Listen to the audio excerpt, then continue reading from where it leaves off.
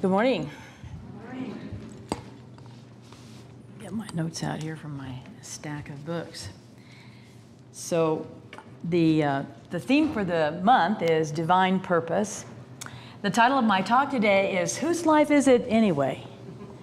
You may remember that from a movie that came out in the 80s with Richard Dreyfuss as a sculptor who, through a car accident, had a outcome of quadriplegia and didn't want to live anymore. But that's not exactly the theme that I'm going to use the title in, but the Whose Life Is It Anyway? We'll get back to that a little further in the talk. But the idea of the divine purpose and whether or not you have one or you've discovered one or you need one or you think you got one.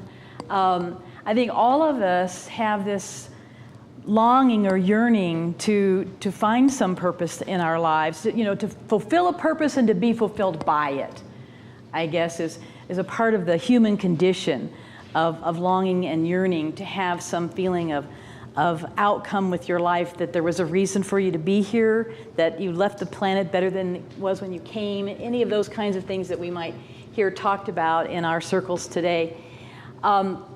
I think that I have had this desire for wanting to know why am I here? The question I think that we started asking probably, 8, 10, 7 years old, whatever age any of us was when we first started, who am I and why am I here? So I think we've all gone through various stages of evolution through our trying to answer that question and continue to ask the question. And I have my own little story that I'd like to tell you a little bit of at the beginning here as to why perhaps this haunting was one of the words in the song that got me, that I've been sort of haunted for a lot of my life about what is my purpose and why am I here. When I was 26, just a few days ago, I had the experience of dying. And I won't go into any of the details of all of that at some other time, maybe for those stories. But through that brush with death, I came out with not only the question of why am I here that I probably had in the back of my mind from childhood, but then I had this, why am I still here? Why was I saved? Now, I was at a point in that age of my life, which I said was just not that long ago, but it actually was more than 40 years ago. I was not even believing that there was this essence of spirit, or that I was an atheist, I think, or an agnostic at best, and thought that I was smarter than God, who needed something called God. That was the opiate of the masses. And so this is sort of the way I was when this experience happened for me. And I'm not here to tell you that I had some spiritual transformation as a consequence of it. That didn't happen then either. But the question was, why am I still here? And so what haunted me then, and probably still to some degree today, were my doctor's words of, Peggy, you should have bled to death on your kitchen floor. And these things, like, okay, so why didn't I? Well, why did my physiology kick in and do something different than what medical science said should have happened? I must be here for a reason, but what the heck is it? And I have to tell you that to this day, I don't think I have an answer that is the answer. I've spent a lot of my life sort of envying the prodigies, the ones that knew they played the piano at 4 and went on to be, concert pianists, or that they had some specific talent or proclivity for something that showed up early on in life and they loved it and were fulfilled by it, or the people that we think are wonderful because they're famous and somehow or another they maybe look like the overnight wonder, but they put all those years in to do what they did. And they knew what they wanted and they were so dedicated to it and so alive with it that they kept going in spite of all the obstacles and difficulties, and then they were discovered, and all of a sudden they're like the overnight wonder after 25,000 nights of one-night stands in the performance gig. Those folks are people that I kept thinking, why can I be like that? Why am I not like that? How is that not working for me? And so I started off with the one thing that I got in my near-death experience is probably have, read about those kinds of things. I didn't get very far. I got called back in the tunnel of light, so that was the end of it for me. But I did have this process where I had an idea of a regret of something in my life's review, which was that I was, 26 and dying, and I had never had the experience of being a mother. So I came out of that with the idea that, okay, this is my purpose. I'm going to have a child. So that was the first thing that I did. And of course, that's the permanent purpose, You have that forever. Once you've had the child, it's you or them, whichever goes first, and maybe I don't even know after that. It's still probably a relationship that you have. So that is still my purpose to this day, is my daughter. And yet it seemed like, well, that wasn't all there was either. And I was at this stage still in my life where I moving through this perhaps personal inner work or discovery of things, and carrying on and doing different things in my life, still thinking I'm smarter than God, still thinking I'm in control, still thinking all of that. And then I was exposed to the possibility, just the tiniest little possibility, that might not be true, that I might not be in control. It might not be my life. It might not really be all about me. And I ended up, through a series of circumstances, in the 12-step program. So I thought, oh, this is the answer. I'm going to find my purpose this way, because the promise at the end of that is, after you've gone through the experience of the 12 steps, you have this spiritual awakening. Well, when I went into that program, I was still the atheist, and I didn't know if it was going to come out the other way or not. But ultimately, I did get the consciousness, and I did get the understanding that there is a God, and it wasn't me. And yet, there still wasn't this sort of, that's where at first I had the idea that I needed a purpose, and I guess through the 12-step, I had the idea that I needed a divine purpose. But none of those things seemed to be like hitting me over the head with, this is it.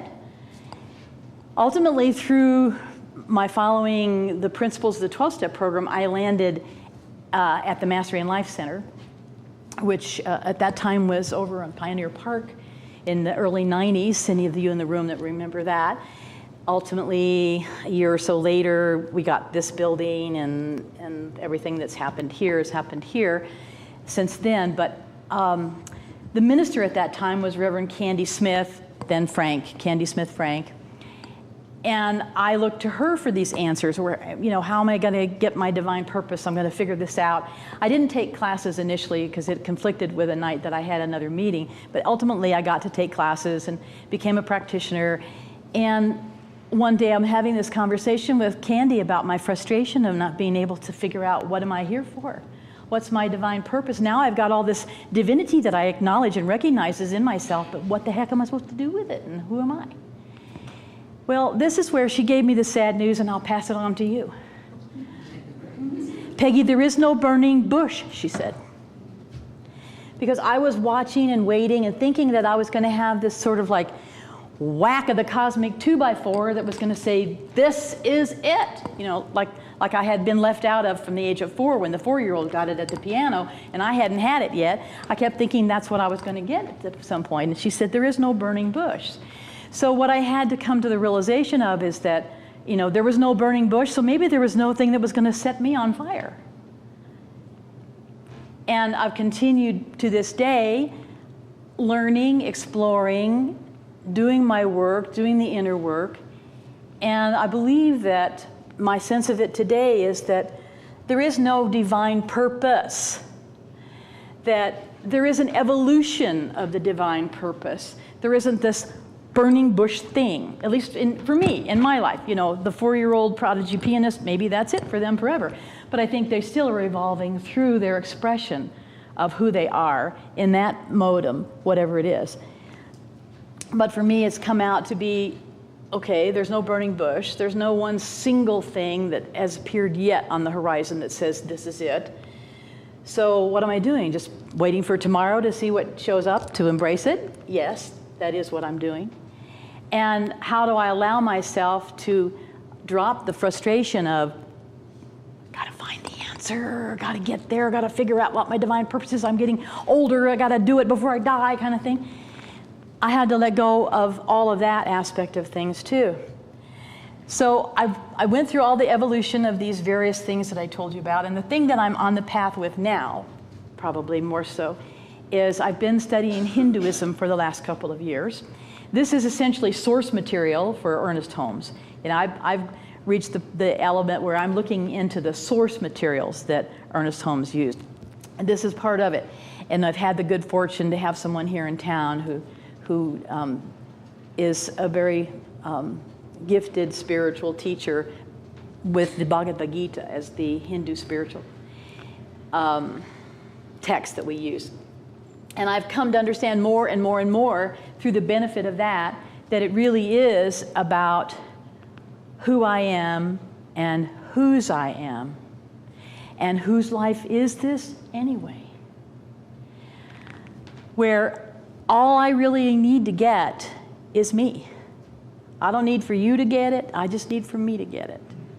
And if I don't understand myself as the exemplar of spirit, as the made in the image and likeness of God, as the Bible says, then how am I going to understand anything that I've thought for many years was out there, when now I understand more and more that it is in here, that it's me, it is about who I am, that is a reflection of and the example of who God is, or what spirit is. So I try to remember who I am and whose I am. And to me, that is the path to divine purpose. Who I am, and knowing myself and understanding my talents, my strengths, my weaknesses, my abilities. Back in that time when I was 26, I kept thinking, I'm so frustrated, I didn't have this specific thing that said, this is your one thing. And I was either blessed or cursed with, talent and brains and ability to do a lot of things that I never could make up my mind what I needed to do, if there was the one thing that came forth. So that may be still a part of where I am. But when I heard about the divine purpose, this idea of whose life is it anyway, is what came to mind, not because of the theme of the movie, although it has maybe some correlation, but simply because I have to remind myself every day, okay, so whose life is this anyway? My life, God's life, our life now, as to paraphrase sort of the song that's sung here at the end of the service each Sunday. Whose life is it anyway? So I, in the process of preparing for my talk and working in final thoughts of it, I decided I'd looked at a lot of other things, and I'd read a lot of other things, and I'd thought about a lot of other things during the week. And then this morning I got the hit, maybe you should look at the text or the Science of Mind or the concordance or something. Well, what I learned is that Ernest apparently didn't have this terminology of divine purpose. It's not in there. It's the words divine purpose. There's divine other things, but there's not divine purpose. But I have this book that's called The Dictionary of New Thought by Ernest Holmes. And when I looked for divine purpose there, I got the aha about it. And I think divine purpose is somewhere, although not alphabetically in the dictionary, but somewhere between divine plan and divine potential. And I want to read you these definitions, which they are actually right next to each other in the book, in the dictionary. Divine plan refers to the nature of the divine being. That is, if God is love, then the divine plan is love. The inevitable necessity that the creative spirit shall project its own nature unto our experience in order that it may know itself through us. My life is God's life. God's life is living its life through me. And as Reverend Sandy would say, am I giving God a good time through how I live my life? Then the divine potential says this: the spark of the divine flame of life within us, through which we may develop into a perfected human being, or an illumined one. The God in us, that is mighty to do for us all that we can commit ourselves to be. And through this infinite potentiality in us, all things are possible. So I think that for me, this struck me that since Ernest didn't have the term and he couldn't give me the answer, I had to figure that out. That the divine potential and the divine plan, that my divine purpose, our divine purpose, your divine purpose is somewhere in the mix of those two things. So the intertwining of the two is where also what Ernest would say, that we are the medium between our thought, our mind, and our manifestation. We are the medium between this divine plan and divine potential. The divine plan, as the dictionary is telling us, is love. And the divine potential is how and where and when and with whom and all the various possibilities that there are to express that love as us individually. There is a book out that's called Stillness Speaks by Eckhart Tolle. This is my copy of it. I think these books for Tolle are not that old, so it probably still looks like this out there somewhere in the bookstore if you have it. And he says, when it gets down to this challenge of the individual at the potential level, that we are the divine potential and how we are going to express ourselves as divinity, as love, towards our divine purpose. He says, all the misery on the planet arises due to the personalized sense of me or us. That covers up the essence of who we are. When you are unaware that inner essence, in the end, you'll always create some misery. It's just as simple as that.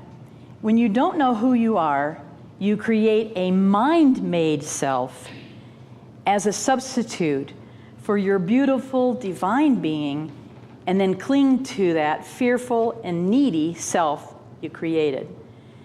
Protecting and enhancing that false sense of self then becomes your primary purpose. I think Bonnie talked about the mask. I watched your talk about the mask. That's the false sense of self, the mask. Many expressions that are in common usage, and sometimes the structure of our language itself, reveal the fact that people don't really know who they are. You say, he lost his life, or my life, or as if life were something that you could either possess or lose. The truth is, you don't have a life.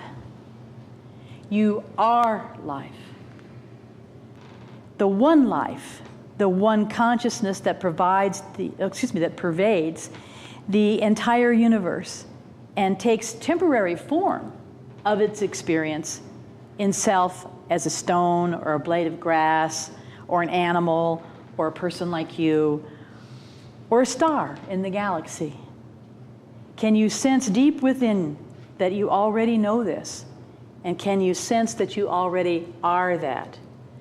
As opposed to the false sense of self or the mask, are we knowing ourselves as the true essence of who we are? So if I ask myself the question, who am I?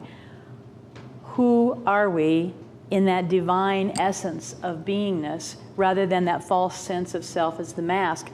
And this is not the challenge in your life, it's certainly the challenge in mine, is to do the inner work and to try to see where is that false sense. I mean, this false sense of me is what you're looking at right now. I mean, it's the clothes, it's the jewelry, it's the hair, it's the whatever.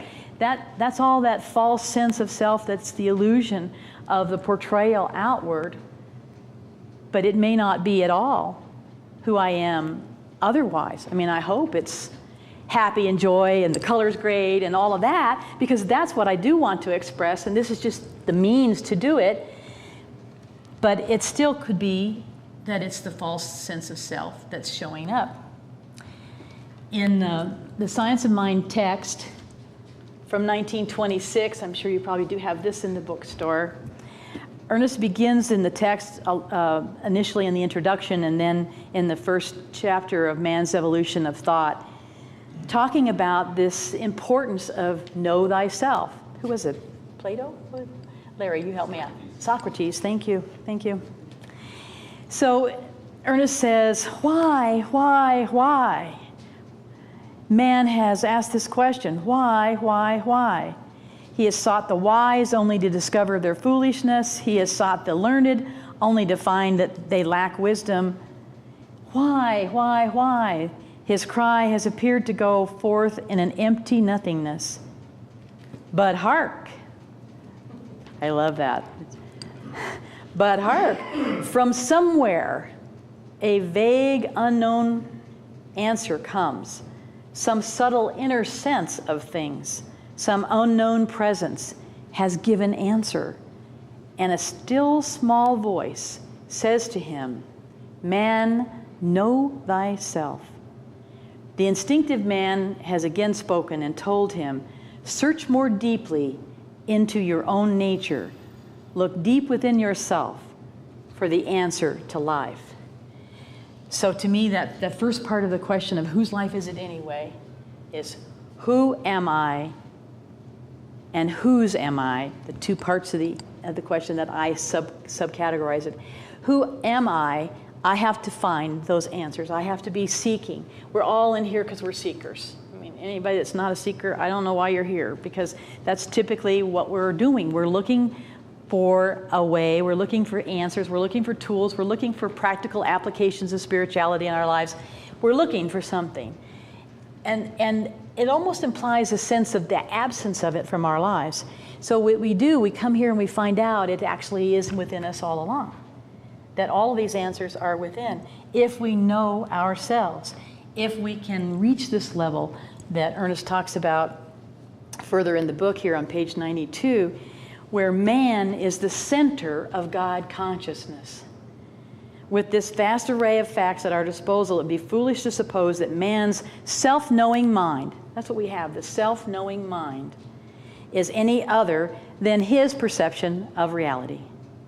It is his unity with the whole and God on the conscious side of his life, and an absolute guarantee that he is the center of God consciousness in the vast whole.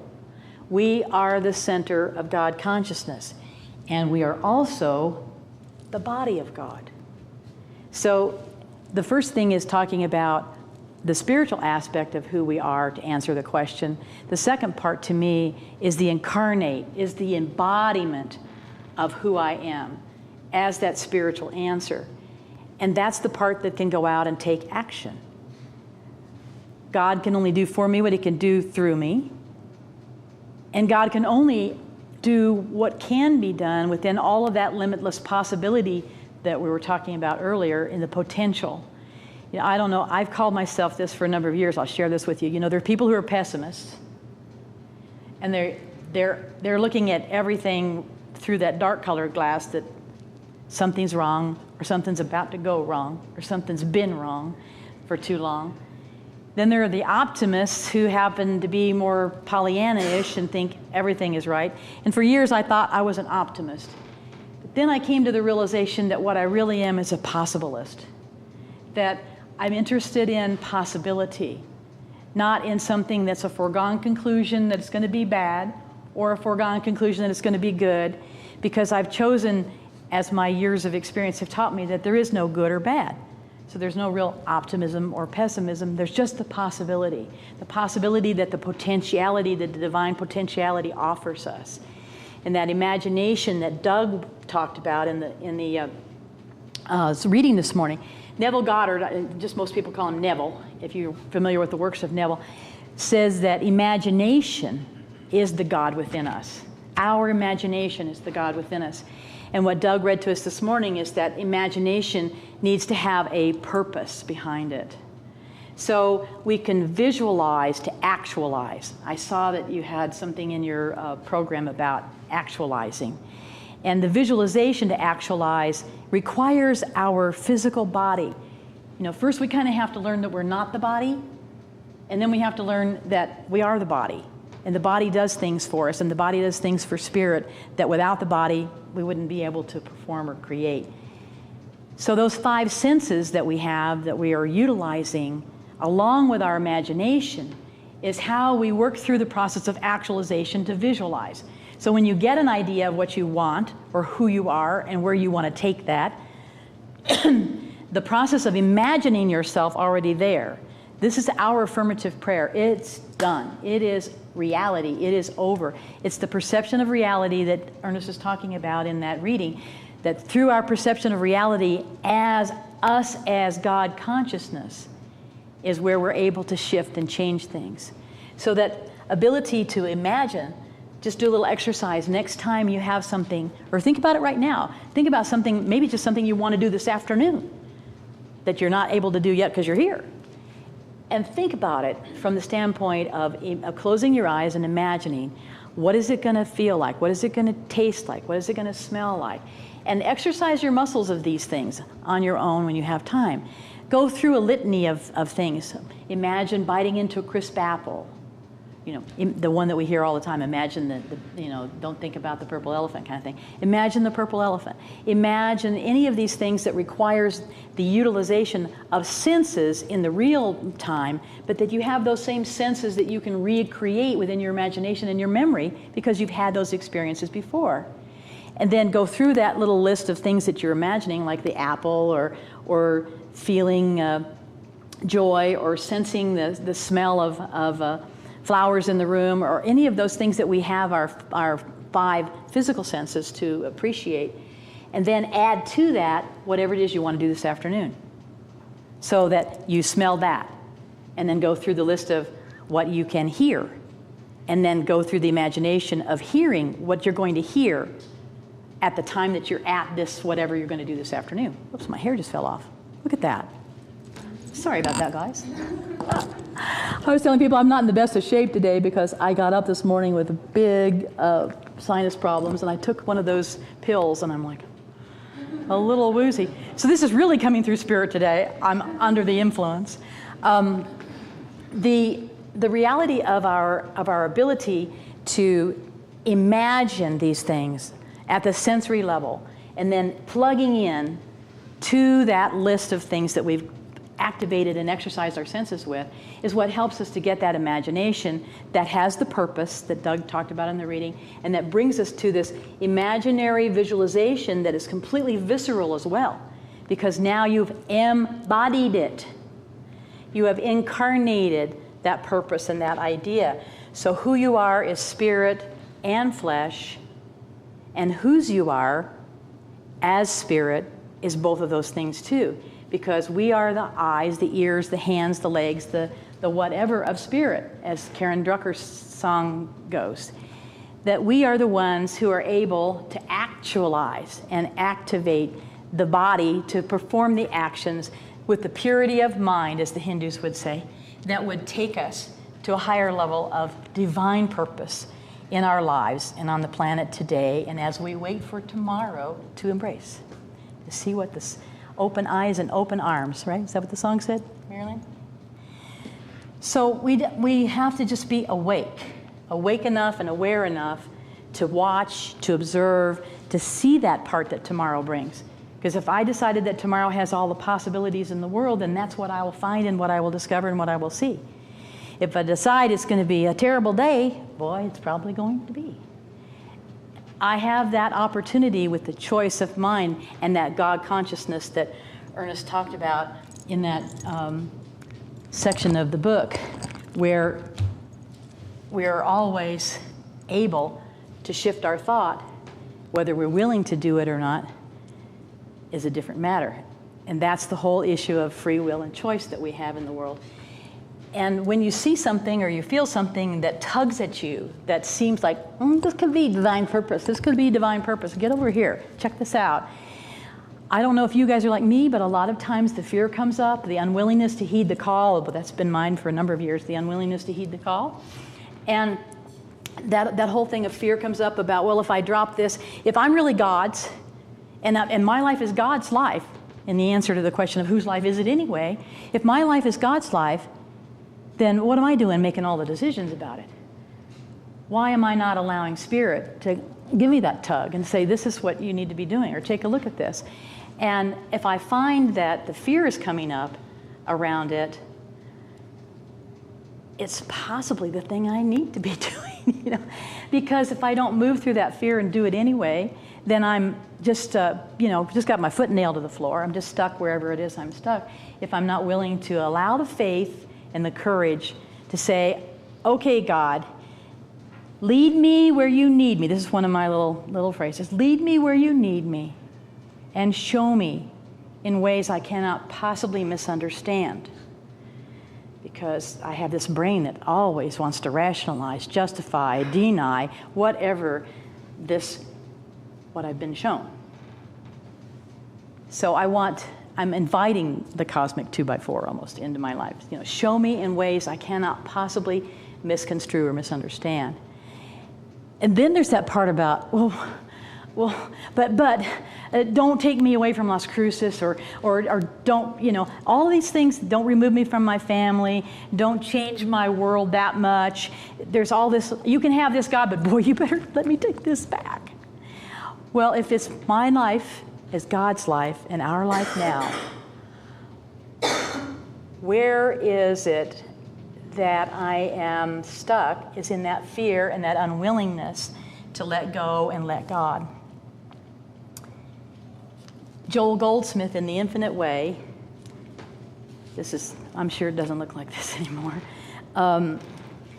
has a way of addressing this about how to let go of your idea of your life and your need, and where's my paycheck going to come from, and all of these things that come up when something niggles at us as a possibility of our divine purpose or the next indicated thing to do. This is how, when tomorrow comes and you stay awake, alive, alert, enthusiastic about it, the possibilities will present themselves, and you'll have more possibilities than you know what to do with. And there's no such thing as a bad idea. It's just the ones you choose not to follow up on that became bad ideas. I used to teach my real estate people, there's such thing as a bad idea. If that were true, we wouldn't have Teenage Mutant Ninja Turtles. And 40 years later, they're still out there. They just made another movie or whatever. I mean, just imagine sitting around the table and somebody says, I've got it, our next toy is Teenage Mutant Ninja Turtles. If you were at the desk that day, would you have said, not so much, oh. But it was an idea that got followed up on. So Joel talks about this in this book, The Infinite Way, when he discusses the idea that the secret of why so few achieve their soul, what he calls soul consciousness, that I'm interpreting as divine purpose today. We only become aware of the presence of the soul after we have freed ourselves of selfish desires, like, don't change my life that much. And we have given that in the proportion to our desire to serve the interest of mankind, and to do this as our individualization as self, this infinite power that is within us.